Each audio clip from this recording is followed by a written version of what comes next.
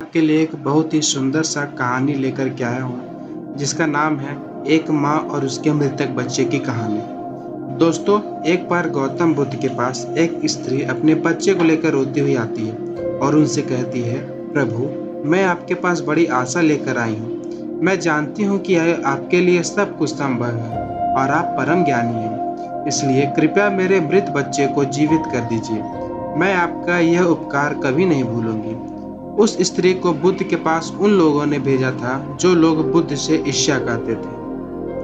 उनका उद्देश्य यह था कि बुद्ध सभी की नजरों में गिर जाए। उस पुत्री के पुत्र की मृत्यु वास्तव में हुई थी, परंतु वह नहीं जानती थी कि उसका और उसके मृत पुत्र का इस्तेमाल बुद्ध को नीचा दिखाने के लिए किया जा रहा है। उसे तो बस ये बताया गया था कि बुद्ध सच में उसके पुत्र को जीवित कर सकते हैं। वो स्त्री कहती है कि कहिए ना प्रभु, आप मेरे पुत्र को जीवित कर देंगे ना? वहां उपस्थित सभी लोग बुद्ध के उत्तर का इंतजार कर रहे होते हैं। बुद्ध कहते हैं, हाँ, मैं तुम्हारे पुत्र को जीवित कर सकता हूँ। बुद्ध की ये बात सुन वहां उपस्थित सभी लोग बहुत ही चौकन्ने हो गए और वह स्त्री बहुत प्रसन्न होती है। फिर बुद्ध कहते हैं कि परंतु तुम्हें एक कार्य करना होगा। वह स्त्री पूछती है, क्या कार्य करना होगा मुझे प्रभु? बुद्ध कहते हैं कि तुम्हें एक मुट्ठी सरसों के दाने लाने होंगे। वो स्त्री कहती है, मैं अभी लेकर आती हूँ प्रभु।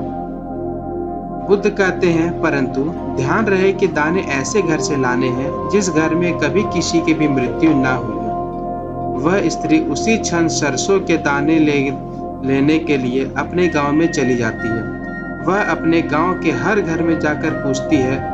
उसे सरसों के दाने तो हर घर में मिलते हैं, परंतु उसे ऐसा कोई घर नहीं मिलता जिसमें आज तक कभी किसी की भी मृत्यु ना हुई हो। फिर वह स्त्री समझ जाती है कि मृत्यु जीवन एक ऐसा सत्य है जिसे कोई नहीं बदल सकता। वह स्त्री बुद्ध के पास जाती है और कहती है, प्रभु, मैं इस बात को कहीं न कहीं जानती तो थी, परंतु स्वीकारना बहुत मुश्किल था और मैं नहीं चाहती थी इसे स्वीकारना। आपने बिना कुछ कहे ही मुझे इस सत्य से अवगत करा दिया।